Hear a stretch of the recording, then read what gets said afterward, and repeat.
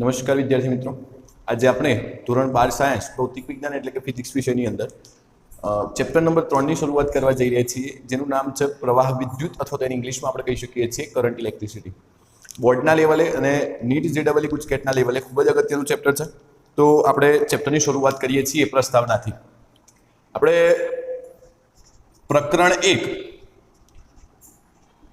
અને પ્રકરણ 2 નો સમાવેશ આપણે સ્થિત વિદ્યુત શાસ્ત્રની અંદર કરીએ છીએ.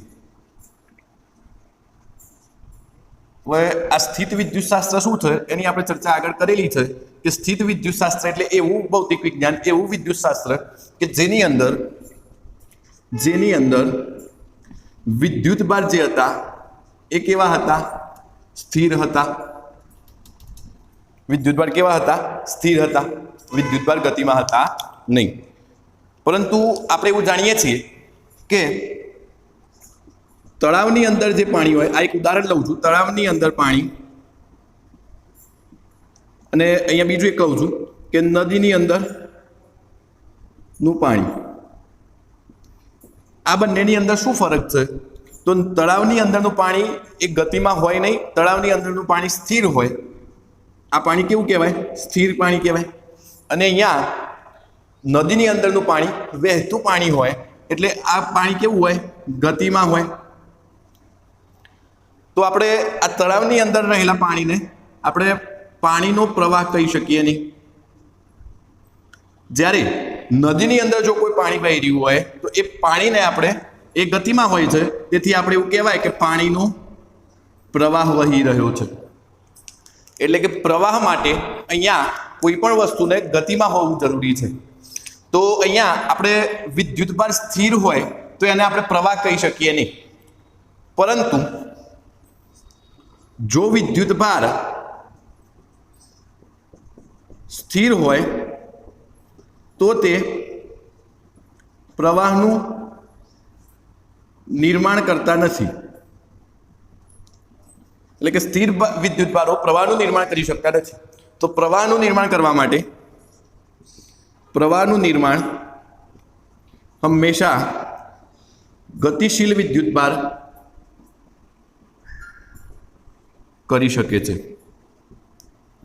એટલે અહીંયા આપણા ચેપ્ટરનું નામ છે પ્રવાહ વિદ્યુત, અથવા તેને તમે કહી શકો છો વિદ્યુત પ્રવાહ. એટલે આ પ્રકરણ 3 ની અંદર હંમેશા આપણે જે વિદ્યુતભાર લઈશું એ વિદ્યુતભાર કેવો હશે? તો વિદ્યુતભાર હંમેશા ગતિમાં હશે અથવા તો ગતિશીલ હશે. અને આ ગતિશીલ વિદ્યુતભાર જ અહીંયા વિદ્યુત પ્રવાહનું નિર્માણ કરવાનો છે. એટલે આપણે ચેપ્ટર 1 અને ચેપ્ટર 2 થી આગળ વધીને ત્રીજું ચેપ્ટર જો ભણતા હોઈએ ત્યારે આપણે સ્થિત વિદ્યુત શાસ્ત્ર પર આધારિત નહીં રહીશું અને અહીંયા વિદ્યુતભારોને આપણે શેમાં લઈશું? ગતિની અંદર લઈશું. પછી એ બીજી વાત કે આ પ્રવાહની આપણે વાત કરી અથવા તો વિદ્યુત પ્રવાહ. તો આ વિદ્યુત પ્રવાહ બે પ્રકારના હોઈ શકે, જેનું નામ છે, એક તો છે સ્થાયી પ્રવાહ અથવા તો એને કહી શકીએ સતત પ્રવાહ, અને બીજો છે અસ્થાયી પ્રવાહ અથવા તો અસતત પ્રવાહ. જો આપણને કન્ટિન્યુઅસલી ઇલેક્ટ્રિસિટી મળતી હોય, વિદ્યુત પ્રવાહ મળતો હોય, તો એને આપણે સ્થાયી પ્રવાહ અથવા તો સતત પ્રવાહનું વહન કહી શકીએ, અને જો ના મળતો હોય તો એને આપણે અસતત પ્રવાહ કહી શકીએ છીએ. તો આ સ્થાયી પ્રવાહનું આપણે જો એક ઉદાહરણ લેવું હોય તો આપણે દિવાલ ઘડિયાળની અંદર જે સેલ વાપરીએ છીએ, જે પાવર વાપરીએ છીએ, અથવા તો એને આપણે કહી શકીએ બેટરી, અથવા તો કહી શકાય સેલ અથવા તો પાવર, એમાંથી આપણને સતત વિદ્યુત પ્રવાહ મળતો રહે છે. એટલે ઘડિયાળ સતત ને સતત ચાલુ રહ્યા કરે છે. તો આ બેટરી, સેલ અથવા તો પાવર એક સ્થાયી પ્રવાહનું ઉદાહરણ છે. અસ્થાયી પ્રવાહની વાત કરીએ તો ચોમાસાના દિવસની અંદર વીજળી થતી હોય છે. આપણે આ વાતાવરણની અંદર જેમ જેમ ઉપર જઈએ એમ અલગ અલગ સ્તરો રહેલા છે. તો આ સ્તરની અંદર એક સ્તર છે આઇનોસ્ફિયર, જેની અંદર ધન વિદ્યુતભાર અને ઋણ વિદ્યુતભાર હોય છે. તો ચોમાસાના દિવસમાં આ ધન વિદ્યુતભાર અને ઋણ વિદ્યુતભાર ગતિ કરીને વિદ્યુત પ્રવાહનું નિર્માણ કરે છે. અને આ વિદ્યુત પ્રવાહ અથવા વિદ્યુતભારો એટલી બધી માત્રામાં હોય છે કે જે જગ્યાએ વીજળી પડે એ જગ્યાએ ખૂબ જ મોટા પ્રમાણમાં નુકસાન થાય છે. તો એની અંદર વિદ્યુત પ્રવાહ કેવો હોય છે? નિયંત્રણમાં હોતો નથી. એટલે વીજળીની અંદર જે પ્રવાહ રચાય છે એ કેવો પ્રવાહ છે? અસ્થાયી પ્રવાહ છે. ખૂબ જ મોટો જથ્થો હોય છે, ધ્યાન રાખજો. એટલે અહીંયા વિદ્યુત પ્રવાહના બે પ્રકાર થઈ શકે, સ્થાયી વિદ્યુત પ્રવાહ અને અસ્થાયી વિદ્યુત પ્રવાહ. ધ્યાન રાખજો, આ ખૂબ જ અગત્યની બાબત છે. હવે આપણે વિદ્યુત પ્રવાહ વિશે સમજવાના છીએ. હવે આપણે એક ખૂબ જ અગત્યનો પ્રશ્ન વિદ્યુત પ્રવાહની વ્યાખ્યા આપી તેનો SI એકમ જણાવો. અહીંયા વિદ્યુત પ્રવાહની વ્યાખ્યા સમજવા માટે હું અહીંયા એક સુવાહક તાર બતાવું છું.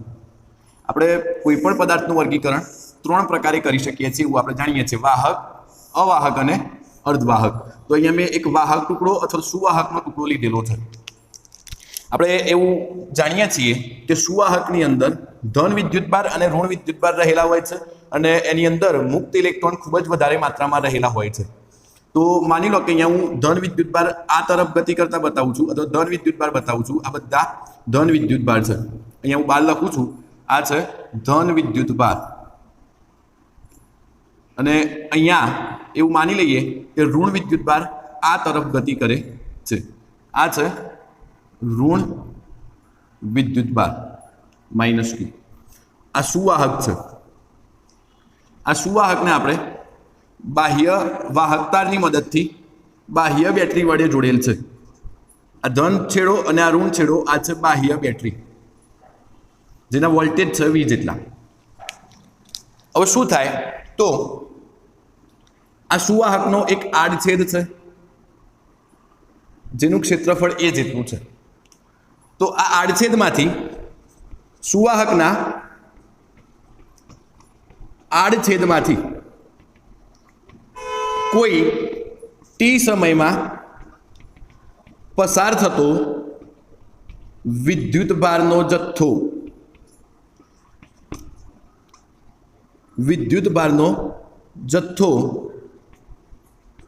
જો Q હોય તો Q બરાબર શું લખી શકાય? તો કોઈ t સમયમાં ધારો કે એવું માની લઈએ કે ધન વિદ્યુતભાર આ તરફ ગતિ કરતા હોય, 50 ધન વિદ્યુતભાર આ તરફ ગતિ કરતા, આ એક ઉદાહરણ તરીકે છે, અને 20 જેટલા ઋણ વિદ્યુતભાર આ તરફ ગતિ કરતા હોય, તો અહીંયા પરિણામી વિદ્યુતભારનો જથ્થો 50 - 20 એટલે કે 30 થવાનો છે. એટલે અહીંયા શું થાય તો Q પ્લસ, અથવા તો એવું કહી શકાય આપણે અહીંયા Q plus minus Q minus થવાનો છે. એટલે અહીંયા કુલ વિદ્યુતભારનો જથ્થો પ્લસ Q અને માઇનસ Q થવાનો છે. બંને વિરુદ્ધ દિશામાં હોવાથી અહીંયા આપણે બાદબાકી કરી શકીએ છીએ, ધ્યાન રાખજો. તો અહીંયા આપણે શું લખી શકીએ છીએ? તો અહીંયા આપણે વિદ્યુત પ્રવાહની વ્યાખ્યા લખવી હોય તો અહીં, અથવા એ પહેલા લખીએ, અહીં વિદ્યુતભાર Q એ આપેલ સમય t ના વિદ્યુતભારનો જથ્થો Q એ આપેલ સમય t ના સમપ્રમાણમાં હોય છે. એટલે કે શું લખી શકાય? Q ચલે છે t. એટલે એનો મતલબ શું થયો કે ધારો કે અહીંયા આપણે t બરાબર 2 સેકન્ડ લીધી હોય તો 2 સેકન્ડમાં પસાર થતો કુલ વિદ્યુતભારનો જથ્થો જો 2 કુલમ હોય તો સ્વાભાવિક છે આપણે સમય વધારીશું તો સમય વધશે, વિદ્યુતભારનો જથ્થો પણ બદલાવાનો છે. એટલે સમય, આ વિદ્યુતભારનો જથ્થો એ સમય પર આધારિત છે. એટલે આપણે અહીંયા ચલન દૂર કરીએ તો Q = I × t. તો જ્યાં I ને આપણે I બરાબર કહી શકીએ છીએ, I ને કહી શકીએ છીએ વિદ્યુત પ્રવાહ અથવા તો કરંટ. તો આપણે I ને કરતા બનાવીએ, I ને સબજેક્ટ કરીશું તો I બરાબર અહીંયા લખી શકાશે Q/T. તો I બરાબર Q/T, જે ખૂબ જ અગત્યનું એક વિદ્યુત પ્રવાહનું સમીકરણ છે. આપણે ઓલરેડી ધોરણ 10 ની અંદર ભણીને આવેલા છીએ. તો આના પરથી વિદ્યુત પ્રવાહની આપણે વ્યાખ્યા લખવી હોય તો જે છેદમાં હોય એને આપણે લખીએ છીએ એકમ. તો એકમ સમયમાં સુવાહકના આડછેદમાંથી અથવા વાહકના આડછેદમાંથી પસાર થતો વિદ્યુતભારનો જથ્થો એટલે વિદ્યુત પ્રવાહ I. ખૂબ જ સરળ વ્યાખ્યા છે, ધ્યાન રાખજો કે એકમ સમયમાં સુવાહકના આડછેદમાંથી પસાર થતો વિદ્યુતભારનો જથ્થો એટલે કે વિદ્યુત પ્રવાહ I. વધુમાં અહીંયા વિદ્યુત પ્રવાહનો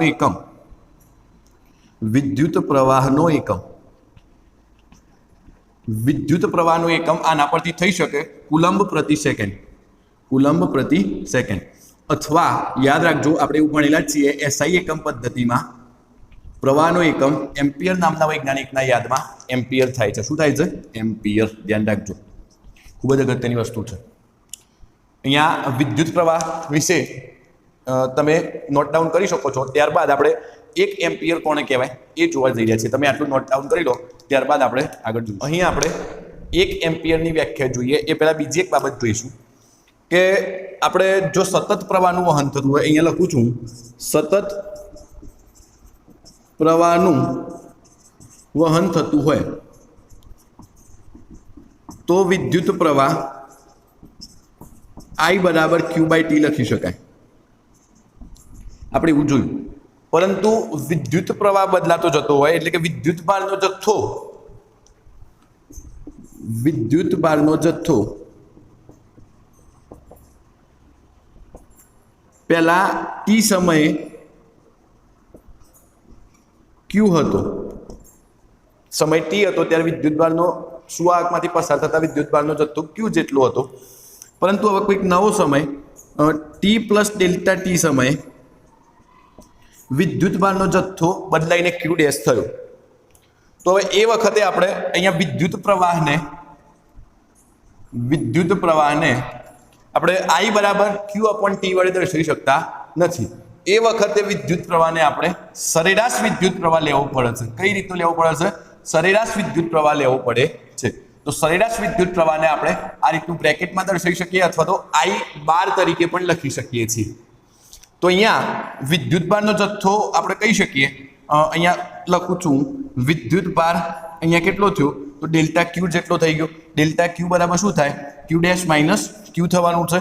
અને સમય અહીંયા કેટલો થયો તો સમય અહીંયા પહેલા T જેટલો હતો તો હવે કેટલો થયો તો T + Δt અને પહેલાનો સમય હતો T જેટલો. એટલે અંતિમ ઓછા પ્રારંભિક કરીએ એટલે સમય પણ અહીંયા Δt જેટલો થયો. સમયમાં પણ ફેરફાર થયો તો અહીંયા T કેન્સલ આઉટ થાય તો સમય થશે Δt. તો વિદ્યુત પ્રવાહ I બરાબર સરેરાશ વિદ્યુત પ્રવાહ I બરાબર Δq/Δt આપણે લખી શકીએ છીએ. ધ્યાન રાખજો, જો બદલાતો જતો વિદ્યુત પ્રવાહ હોય તો આપણે સરેરાશ પ્રવાહ I બરાબર Δq/Δt લખી શકીએ છીએ. કોઈ ચોક્કસ સમયની ક્ષણ માટે પ્રવાહને કેવો લેવો પડે છે? તાત્ક્ષણિક પ્રવાહ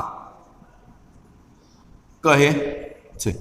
અને એની અંદર જે તાત્ક્ષણિક પ્રવાહને કહીશું I, તો સમયની અંદર એને સમય કેવો લેવો પડે છે તો લિમિટ Δt → 0 Δq/Δt પરથી અહીંયા જે તાત્ક્ષણિક પ્રવાહ આપણને મળશે એને આપણે કહીશું dq/dt. તો યાદ રાખજો, આ ત્રણે આપણે પ્રવાહના સમીકરણો લખી શકીએ છીએ. સરેરાશ પ્રવાહ I બરાબર Δq/Δt અને જો કોઈ ચોક્કસ સમયની ક્ષણ આપી હોય, કોઈ ચોક્કસ સમયની ક્ષણ માટે I બરાબર dq/dt થાય. વધુમાં બીજી એક બાબત આપણે યાદ રાખીશું કે વિદ્યુત પ્રવાહ જે ખરી વિદ્યુત પ્રવાહ એ અદિશ ભૌતિક રાશિ છે. કેવી ભૌતિક રાશિ છે? અદિશ ભૌતિક રાશિ છે. યાદ રાખીશું. પરંતુ આપણે સર્કિટના દાખલા ગણવાની અંદર વિદ્યુત પ્રવાહની દિશા રૈવાજિક પ્રવાહની દિશા ધન વિદ્યુત ભારથી ઋણ વિદ્યુત ભારની દિશામાં